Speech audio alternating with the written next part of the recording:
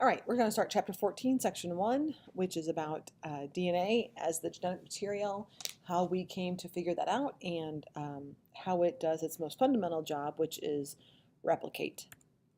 So it all starts, the journey to understanding that DNA is our genetic information has been going on and went on a lot longer than 1928, but Frederick Griffith is kind of given credit for launching us down the path. So he studied streptococcus, which caused pneumonia, and it was pathogenic because back in the day, 1928, they were losing a lot of people to swine flu and other flu epidemics. So he was studying it, and he noted that there were two strains of streptococcus. There was an S strain that was virulent and an R strain that was non-virulent. S stood for smooth coat because there wasn't a bunch of markers on the outside of it. R stood for rough coat because it literally had markers on the surface of its cell wall that made it look rough and bumpy. So he, took the mice, infected it with these two different strains, and he was just trying to figure out, what's the difference here? How does one make you sick and the other one not? So he was really studying pneumonia, which is kind of how most scientific discoveries happen. People are studying one thing but end up figuring out something completely different. So, well, that's hard to see. Okay, so after he injected both of those strains, live strains, into the mice, so he took live S, which killed the mice, which was a virulent strain. He found that it killed the mice. He took the live R, which was the non-virulent, non-pathogenic, non-disease causing strain, and the mice lived. And that was, what was to be assumed. He also then went a little further and took the S strain that killed the mice, and he heat killed it, because I think at this point in time they understood the value of sterilization. So he heat killed the S strain, and when he injected that strain into the mice, it did not kill the mice, even though the live version did. So he then took that heat killed S strain, which did not kill mice, and live R, which was also a strain that did not kill mice. So he took two non-virulent, non-pathogenic strains and combined them.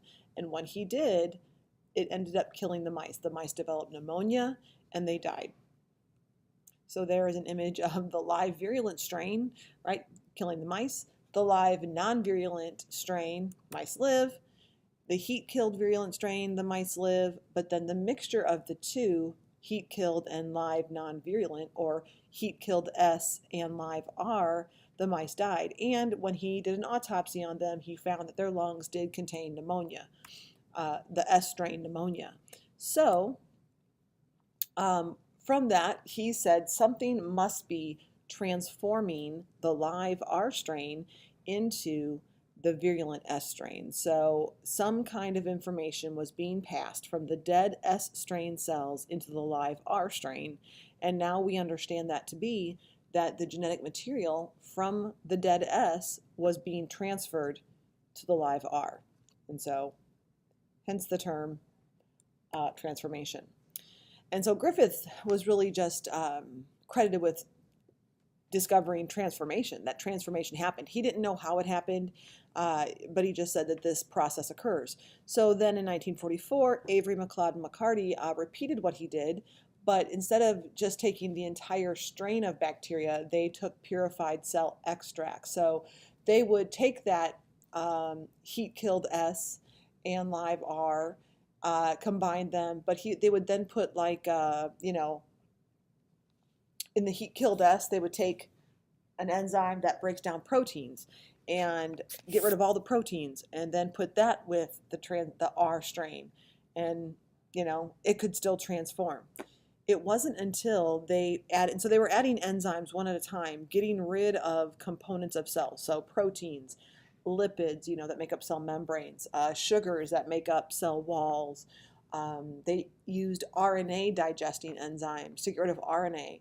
All those things still allowed transformation to happen. Even when they got rid of all those things, transformation between the heat-killed S and the R strain still occurred. It wasn't until they used enzymes that broke down DNA, then transformation could no longer occur.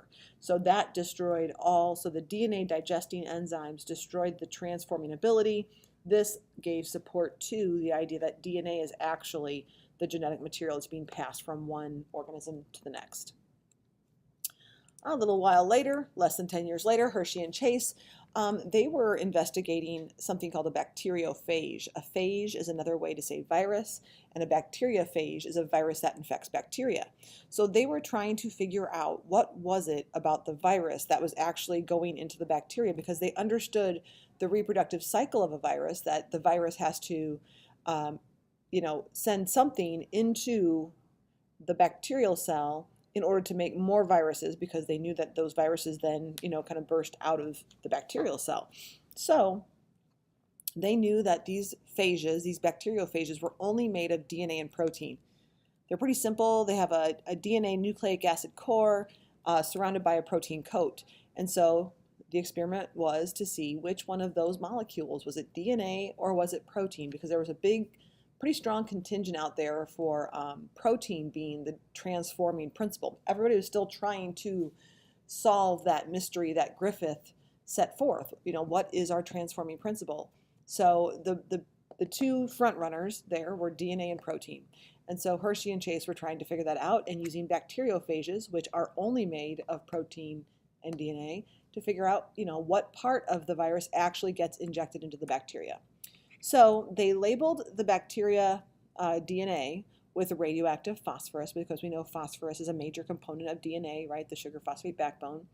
The bacteriophage protein that makes up the bacteriophage coat was labeled with radioactive sulfur, because sulfur is a very common element in protein. And so if you think about it like, they highlighted the DNA of bacteriophages pink, and they highlighted the protein of bacteriophages blue, and then they tracked where these different colored molecules went. And so what they found was, after they allowed the bacteriophages to infect the bacteria, the only radioactive material that was actually inside the bacteria itself was the phage DNA. And so that was determined then, and more support for DNA being the transforming principle. So DNA is the genetic material. That was the conclusion from the Hershey-Chase experiment. And so here you can see their experiment, right? You have the phage grown in the radioactive S, which labels the coat. Right down below that, you have the phage grown in the phosphorus, which then labels the DNA.